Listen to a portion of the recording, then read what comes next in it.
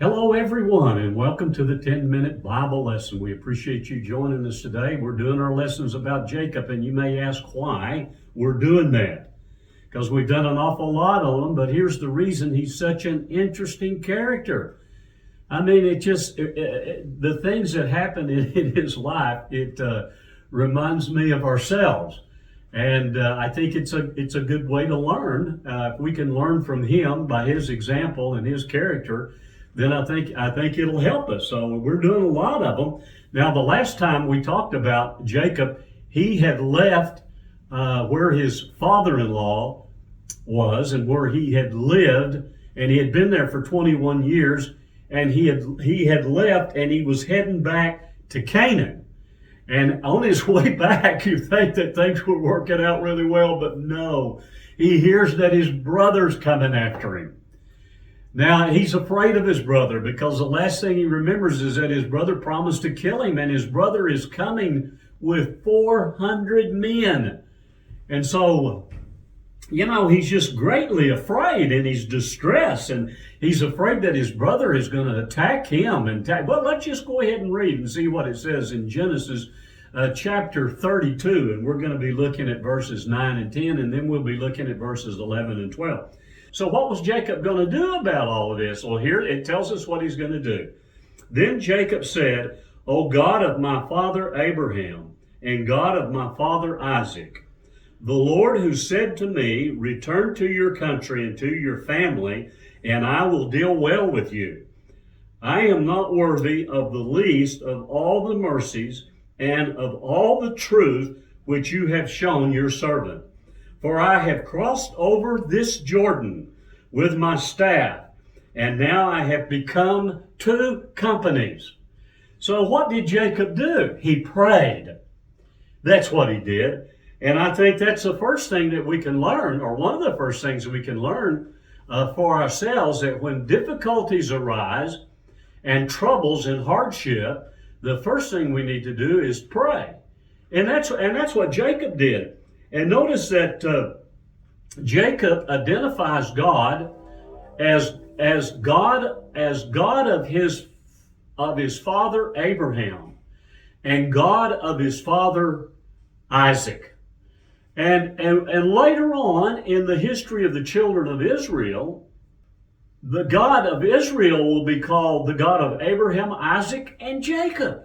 But here, Jacob calls him the God. Now listen, the God of Abraham, the God of his father Abraham, the God of his father Isaac. And he's the only true God. Listen, he's our God. There's only one God, and that is the God that we serve and that we worship. So it's interesting also that he says this. He says that he kind of humbles himself before God, and he says that I'm not worthy of the least of the mercies that you've shown me. Now think about that. He said, I'm not worthy of the least of the mercies that you've shown me. And not only did he say that, he says, but I'm not worthy of the truth which you have shown me. Now God is the God of truth. And Jacob understood that, and he understood that reality and truth came from God, and God in his mercy gave Jacob truth. Listen, we live in a world that's full of lies, and we need to look to the God of truth. And so we see this about Jacob. Now, we know where Jacob's located because he tells us that he's crossed over Jordan. So if he's crossed over Jordan from the east to the west, we know where he's at. Where is he? He's in the land of Canaan. And here's something else that we know about him, because Jacob says, now I am two companies. In other words, he left one person. He's returned 21 years later in two companies. Well, let's go on and see what else Jacob prayed to the Lord about in verses 11 and 12. He said, deliver me, I pray, from the hand of my brother, from the hand of Esau, for I fear him, lest he come and attack me, and the mother with the children. For you said, I will surely treat you well, and make your descendants as the sand of the sea, which cannot be numbered for multitude. So Jacob mentions to God again God's promise that he would surely treat him well, and then he adds another thing that God has promised.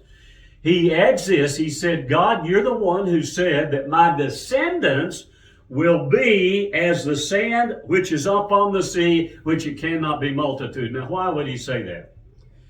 Because he's afraid that his brother will come and not only kill him, but kill all of his family. And so he in some ways he's rehearsing in his mind the things that God has said in order for him to trust and pray to God. So he's saying, God, listen, you said you'd treat me well. You said my descendants would be as the sand of sea, which you can't number. So he's worried what's going to happen, what will happen about these promises if Esau comes and he kills all that. So he's in a desperate situation, and I don't blame him, because he knows that his brother is coming with 400 men. I mean, it would be frightening. Now, Jacob did this. I don't know if I mentioned this in another video or not, but I think I did, but Jacob sent gifts to his brother Esau so that he would find favor in Esau's sight. And listen, they were very, very generous gifts. Now remember, God has blessed Jacob and made him really, really wealthy. Now, how do I know this? I know this by the gifts that Jacob is giving his brother. Let me just kind of review some of those gifts. There were 200 female goats with 20 male goats. There were 200 ewe lambs with 20 rams. Listen to this. There were 30 camels, 30 milk camels. There were 40 cows and 10 bulls. There were 20 female donkeys and 10 foals. And all of them were sent like one, they were like in groups, and he sent them one after another in succession. So he's trying to do everything he can to save his life and his family. Let's read our last verse. It's in Genesis 32, verse 18.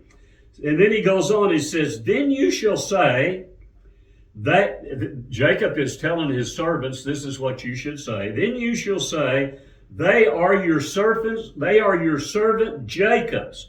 It is a present to my lord Esau, and behold, he is also behind us. So he's telling his servants to tell Esau that all of these things are a present to him. And then at the end of all of these things is his brother Jacob. So he did all of this to appease his brother. And I notice also, and I think I've mentioned this before, the humble language in which Jacob addresses his brother. He calls him Lord, and he calls himself the servant of Esau.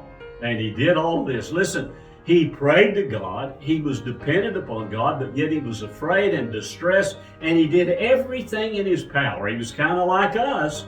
He was kind of made all the plans to see what would happen. Now we're out of time, so we're going to see next time what happens when these two brothers meet. So we appreciate you joining us today, and we hope you have a really good week.